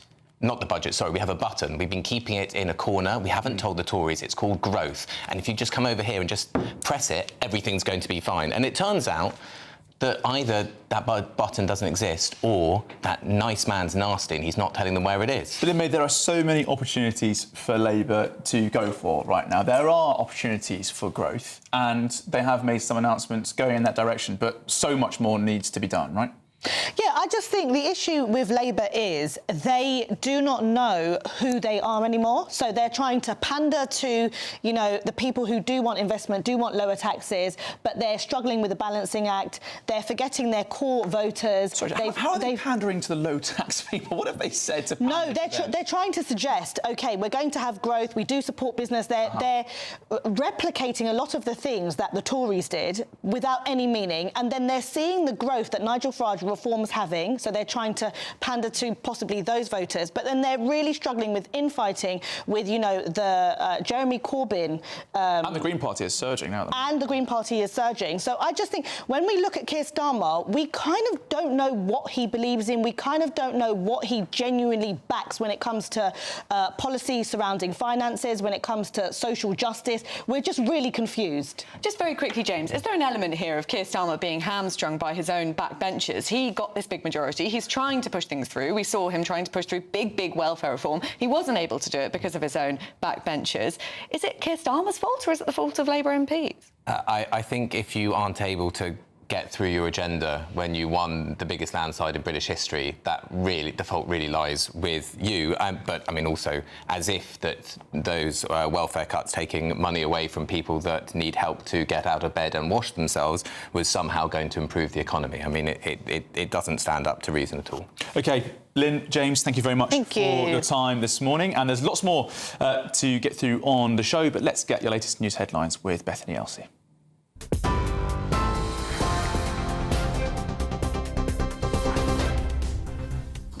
Good morning. The headlines from the GB newsroom at 11:30. Tens of thousands of displaced Palestinians have returned to northern Gaza after the Israeli military announced a ceasefire. Hamas has until Monday to release all hostages. Donald Trump says the US will impose an additional 100% tariff on Chinese imports, accusing it of taking an extraordinarily aggressive position on trade. It's understood Sir Tony Blair met with convicted sex offender Jeffrey Epstein in Downing Street while he was Prime Minister in 2002. If you're travelling to Europe this weekend, be prepared for delays of up to 4 hours as new EU border systems come into force. And new estimates show almost 2.5 million people in Britain have ordered weight loss jabs this year. You're up to date. More for you in half an hour. You can now watch GB News live across the United States of America and the world on Truth Plus. Scan the QR code to find out more, or visit gbnews.com/truth. Thanks, Bethany. Well, the war in the Middle East looks set to be over if that ceasefire holds, but there are still going to be protesters taking to the streets in London. We'll be asking them, what are you still protesting? And the Princess of Wales has weighed into the big phones debate. Do you believe that phones and screens are rotting children's brains? A survey out from Canada today suggests they are. All that coming up on Saturday Morning Live. Good morning and welcome to your latest GB News weather update from the Met Office. The dry theme continues for most of us this weekend. There will be some sunshine, a bit more in the way of sunshine compared to recent days too. But further north across northern Scotland, we have got this weather front, and that's going to just bring a little bit of patchy rain through the course of Saturday, and also a little bit breezy here. But otherwise, high pressure dominates through today and into tomorrow as well. The best of the sunshine this afternoon probably across northern England, southern and eastern Scotland, but I'm hopeful that there will be some breaks in the cloud across parts of Wales and more southern parts of the UK as we go through the afternoon, but still holding on to quite a bit of cloud here and also across Northern Ireland and northern Scotland. Here the cloud thick enough to bring some outbreaks of rain, particularly for the northern isles of Orkney and Shetland, but for eastern Scotland 18 or 19 degrees for Aberdeenshire, so feeling pleasantly warm in any sunshine through the course of this afternoon. That rain, though, will continue off and on as we go through this evening across primarily Orkney and Shetland, but it's still quite damp across the Western Highlands as well, with the wind coming in off the Atlantic. Some late sunshine, though, for Angus, Fife and Aberdeenshire, so here a pleasantly warm afternoon to come.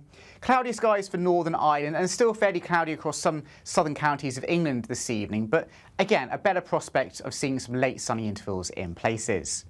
And as we go through the course of this evening, that cloud will probably tend to break up a bit more widely. So I am hopeful that we'll see some lengthier clear periods across parts of England and Wales especially. So fog will be an issue for Sunday morning, probably most prevalent and widespread across parts of Wales and the Midlands. So here's some quite dense patches and temperatures perhaps falling down to low single figures in some rural areas where skies stay clear. But it will be quite a misty and murky start for some of us on Sunday morning, particularly across Wales and the Midlands. That fog taking most of the morning to clear for some of us. But otherwise, generally a much sunnier day to come for the vast majority, particularly for England and Wales and southern and central Scotland. The rain in northern Scotland also easy, and temperatures in the sunshine feeling pleasant with highs of 17 or 18 degrees.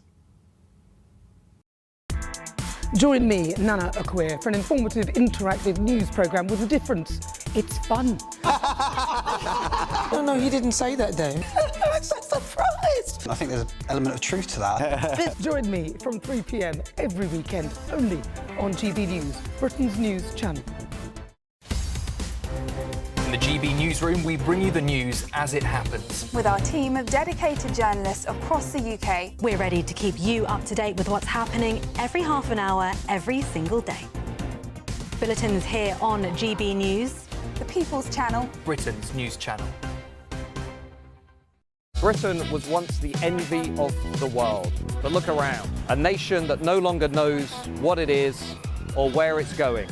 A country that's broken. How do we fix Britain? How do we bring it back? Friday night with Matt Goodwin at 8 p.m. only on GB News.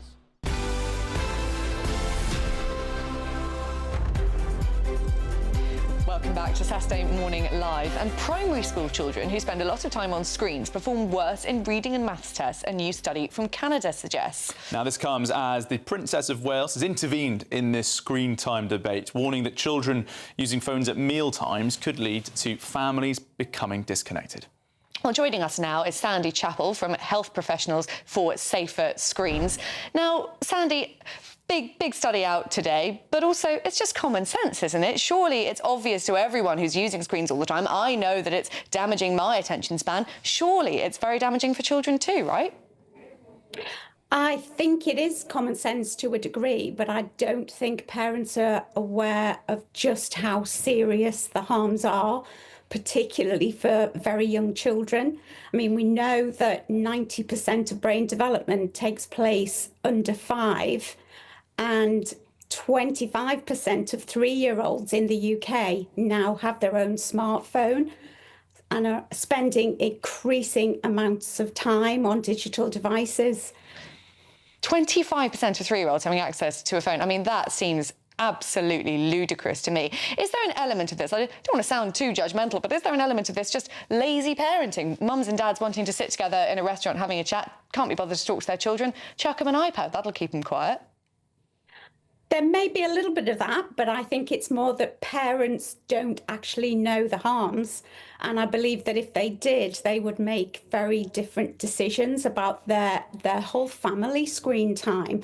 Because as you said, you know, we all know screens are bad for us, but it is causing disconnection in families and in society as a whole. And it's particularly important for early years children.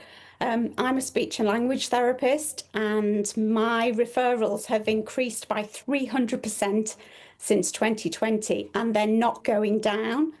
And this is due in no small part to the excessive use of screens to distract children, to entertain them.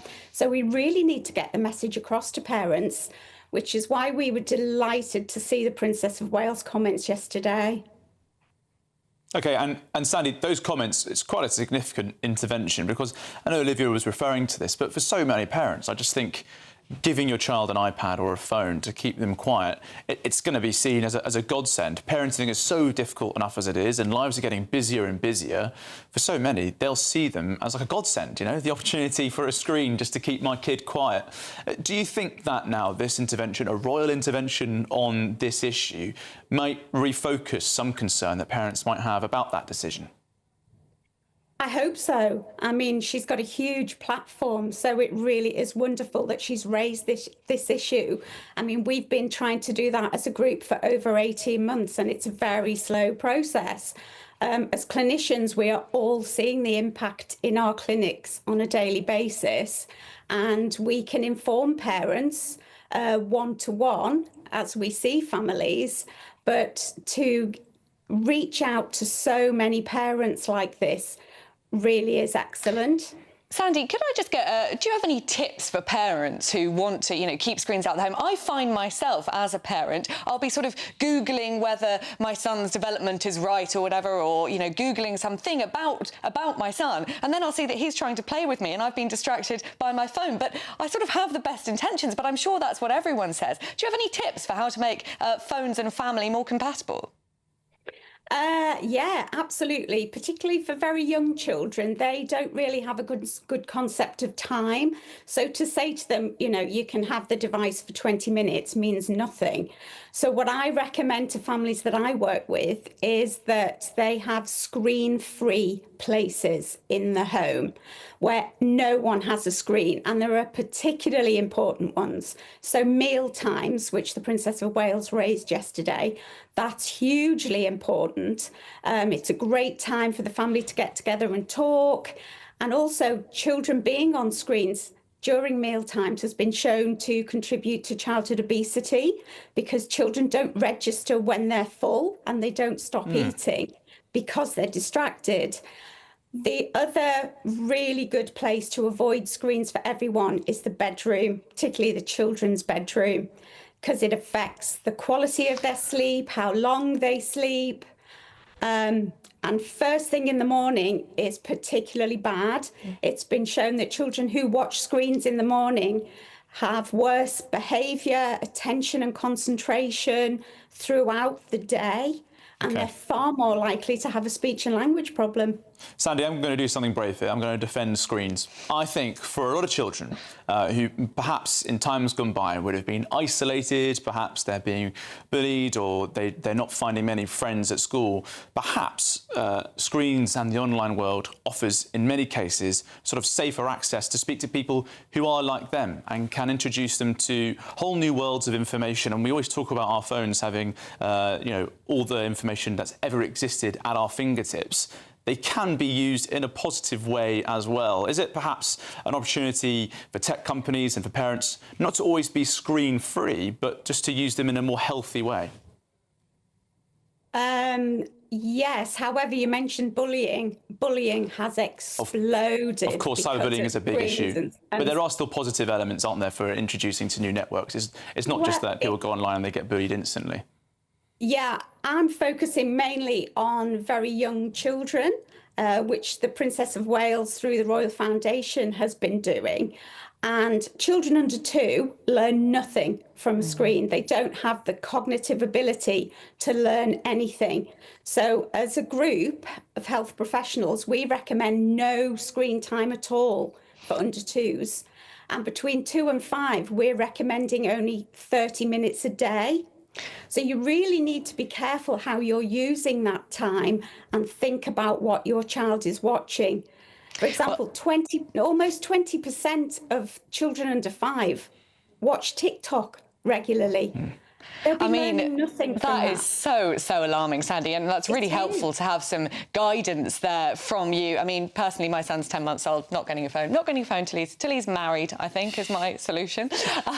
Yeah, that was Sandy Chappell from Health Professionals for Safer Screens. Yeah, thanks, Sandy. Well, still to come on Saturday Morning Live, we're going to go live to central London, where Jack Carson is on the ground, because hundreds of thousands are expected to take to the streets for a pro-Palestine demonstration, despite that peace deal coming into effect.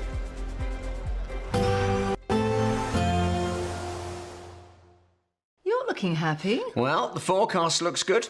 So you've sorted the travel insurance then? All Clear Travel Insurance sponsors GB News Travel Destinations Forecast.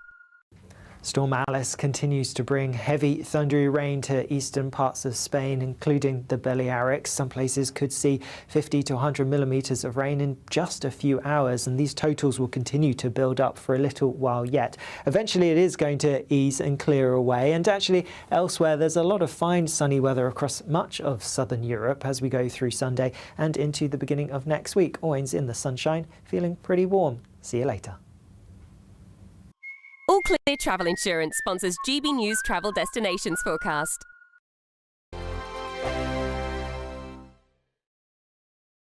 At GB News, we love to hear from you, our loyal community. So drop us a line at gbnews.com/yoursay. There, you can talk to each other and also to the presenters live on air. gbnews.com/your say, because GB News is your channel, Britain's news channel. I'm Tom Harwood. This is GB News, Britain's news channel. Britain's newsroom, weekday mornings from 9:30. There's an interesting story, Charlie, in the Daily Mail. Two-year report that claims racism in the UK countryside is getting worse, with abuse normalised and tolerated. What do you think of this academic research? Rubbish. Well, it's a load of old bunk. Yes, yeah. 2 years, as you say. 2 years to interview how many people? 115. It took 2 years. Very scientific. And this is where, people often ask about, what you do when you go to university, or the tuition fees that people have been paying. University of Leicester, where this report was undertaken, have funded this 2-year holiday spree by the sounds of things and cobbled something together at the end. 115 people, that's nobody. But they've asked the question about, do you feel that the countryside is effectively exclusive in any kind of particular way? Well, let me read this out. The report also claimed that non-verbal cues, such as incessant staring and unfriendly body language, made individuals from ethnic minority backgrounds feel unwelcome. And no Wellington boots. That's probably what they were staring at, yes. Walking shoes. I'm a man with certain vintage. I've never owned a pair of walking shoes. I haven't got walking shoes. I've got Wellington boots. I've never owned a pair of walking shoes. I've got a pair of wellies. Well, there you go. A pair of trainers. So we'd both be OK in the countryside. It does not impede on your appreciation of the countryside having walking shoes or not. Well, it depends how far you have to walk. It's pathetic. Haven't these universities got better things to do?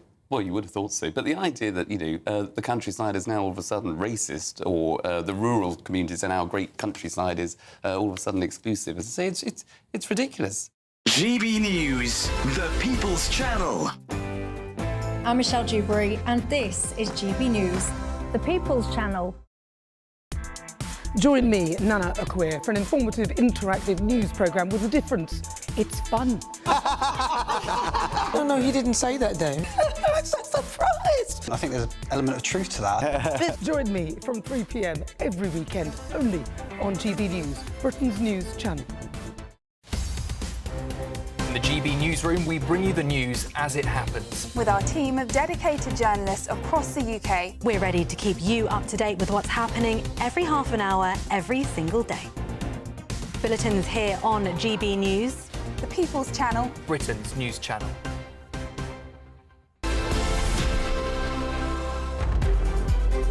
Welcome back to Saturday Morning Live. Now, hundreds of thousands of pro-Palestinian protesters are expected to gather in central London today, a day after the ceasefire agreement between Israel and Hamas came into effect. Now, according to the Palestine Solidarity Campaign, it'll be the 32nd demonstration in support of Palestine since the war broke out, and protesters will rally from Embankment to Whitehall. And let's go live to central London to join GB News national reporter Jack Carson, who's there for us. Jack, good morning. What have people told you about why they are protesting today after that peace deal has come into effect?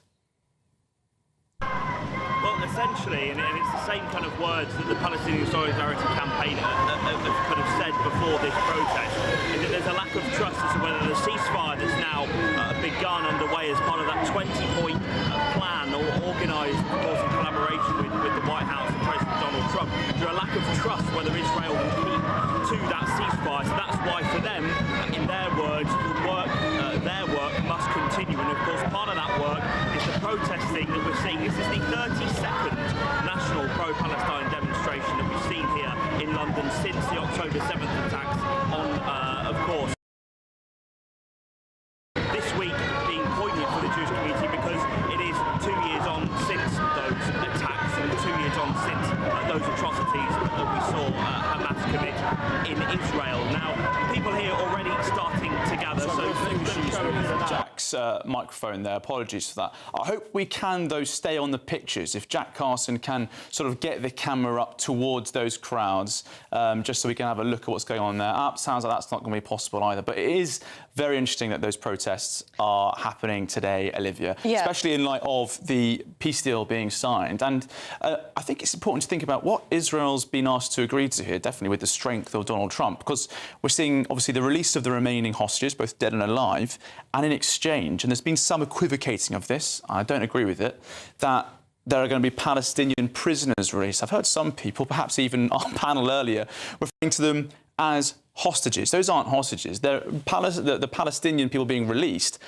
They're criminals who've been in Israeli prisons, some of them for life sentences, for terror charges. It's a big thing for Israel to accept. It is a huge thing for Israel to accept. So I find it really interesting that there are these people still on the streets week after week. I think we've got Jack Carson, our reporter, with us still. Hi, Jack. Back to you, mate. Yeah, so obviously, you know, we've got thousands of people gathering here in central London today. There's been 14 buses that have come from everywhere, from Cardiff, Bristol, all around the country, bringing protesters here. You can probably hear some of the chanting in the background already, those familiar chants of Free Palestine. Plenty of signs around saying, you know, stop the starvation of Gaza. But of course, as part of this deal, aid is now going into Gaza as part of this 20-point. Plenty of police presence as well. We know that at demonstrations last week, 500 protesters were arrested because they showed support for Palestine Action, which is now a prescribed terrorist organisation. Before this protest, the police did acknowledge that about the government and the Home Secretary saying that they would have increased powers, of course, to stop these repeat protests. But this one going ahead today, and we'll bring you all of it over the next few hours. Thank you very much, our national reporter, Jack Carson, who'll never let a technical fault get in the way of his impeccable reporting there. Our man on the ground, he's going to be at that demonstration all day today. And it'll be very interesting, Olivia, won't it, to see what he says when he gets to speak to those people. Will they engage with GB News? Because so many of these protests, unfortunately, they've not done that. It's remarkable, isn't it? It's the only protest group in the world, I think, that doesn't want their message shared on national television. Well, exactly. That was the 32nd protest that we're experiencing today. I wonder how many more of them they're going to be. There seems to be quite a lot of appetite for weekly protests among those protesters. Yeah, there is. And what we were discussing earlier about the release of those hostages, I mean, some of the people who are going to be released from prisons in Israel, they've gone on to commit terror attacks against Britons as well. So a lot for British people to accept as well as part of this peace deal, I think. Well, thank you, Jack, and thank you to you guys at home for joining us on Saturday Morning Live today. But don't go anywhere, as next up, we've got Dawn Neeson with The Weekend. Dawn, what's coming up on your show? Thank you very much, Yusto. Cracking show, as always. The most important story we're covering today is those pro-Palestine marches and protests. What are they protesting for? What do they want? We've also got a cracking story about Richard Bacon, the former Blue Peter, remember? And why flying that Union flag makes you a racist. Yes. You know where we're going with that one. All of that and to come after weather. See you soon.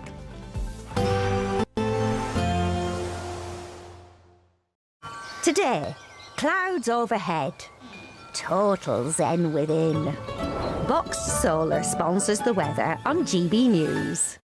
Good morning and welcome to your latest GB News weather update from the Met Office. The dry theme continues for most of us this weekend. There will be some sunshine, a bit more in the way of sunshine compared to recent days too. But further north across northern Scotland, we have got this weather front, and that's going to just bring a little bit of patchy rain through the course of Saturday, and also a little bit breezier here. But otherwise, high pressure dominates through today and into tomorrow as well. The best of the sunshine this afternoon probably across northern England, southern and eastern Scotland, but I'm hopeful that there will be some breaks in the cloud across parts of Wales and more southern parts of the UK as we go through the afternoon, but still holding on to quite a bit of cloud here and also across Northern Ireland and northern Scotland. Here the cloud thick enough to bring some outbreaks of rain, particularly for the northern Isles of Orkney and Shetland, but for eastern Scotland 18 or 19 degrees for Aberdeenshire, so feeling pleasantly warm in any sunshine through the course of this afternoon. That rain, though, will continue off and on as we go through this evening across primarily Orkney and Shetland, but it's still quite damp across the Western Highlands as well, with the wind coming in off the Atlantic. Some late sunshine, though, for Angus, Fife and Aberdeenshire, so here a pleasantly warm afternoon to come. Cloudy skies for Northern Ireland and still fairly cloudy across some southern counties of England this evening, but again, a better prospect of seeing some late sunny intervals in places. And as we go through the course of this evening, that cloud will probably tend to break up a bit more widely. So I am hopeful that we'll see some lengthier clear periods across parts of England and Wales especially. So fog will be an issue for Sunday morning, probably most prevalent and widespread across parts of Wales and the Midlands. So here's some quite dense patches and temperatures perhaps falling down to low single figures in some rural areas where skies stay clear. But it will be quite a misty and murky start for some of us on Sunday morning, particularly across Wales and the Midlands. That fog taking most of the morning to clear for some of us.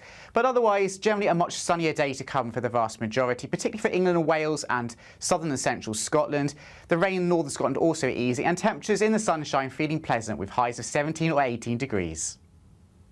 Today, clouds overhead, total zen within. Box Solar sponsors the weather on GB News. There's just 3 weeks left to see how you could be our biggest winner this year. First, you could be driving away with this brand new Benamar Primera motorhome. This luxury vehicle comfortably sleeps 4, has its own fitted kitchen and bathroom areas, and comes complete with fitted awning and bicycle rack. And that's not all, as we'll also give you a whopping £30,000 in tax-free cash to spend however you like. For another chance to win, text WIN to 63225. One entry costs £2.50 plus one standard network rate message. Or text BONUS to 63225. 5 entries cost £5 plus one standard network rate message. Go to gbnews.com/win. Entries start at £2.50. Call 0903 686 3232. Calls cost £2.50 plus your network access charge. Or post your name and number to GB16 PO Box 8690 Derby DE1 9TT. UK only. Entrance must be 18 or over. Lines close at 4 p.m. on the 31st of October. Please check the closing time if listening or watching on demand. Mornings don't have to be tiresome, especially if you have the right company. Wake up to news as it happens, opinion and debate, and of course, a little bit of entertainment too. Because when the kettle's on, we're on. That's Breakfast on GB News, a show worth waking up for. Every morning from 6 a.m. Only on the People's Channel, Britain's news channel. We'll spread the news, you spread the word. From the school run to the home run, watch a new show for all of Britain. He can say whatever he wants. A straight talking show where all voices are heard. And, you know, when are we going to stop talking about smashing the gangs and actually do it? With the stories that matter from every part of our country. There's a bit of a crash landing there for your Chancellor. Bold, fearless and standing up for you. That's me, Martin Daubney, 3 p.m. till 6 p.m, weekdays, here only on GB News. The People's Channel, Britain's news channel. Westminster's full of talk, but out here, it's the real world. Am I allowed to talk now? No, that's it. This is where it matters, real people and real lives.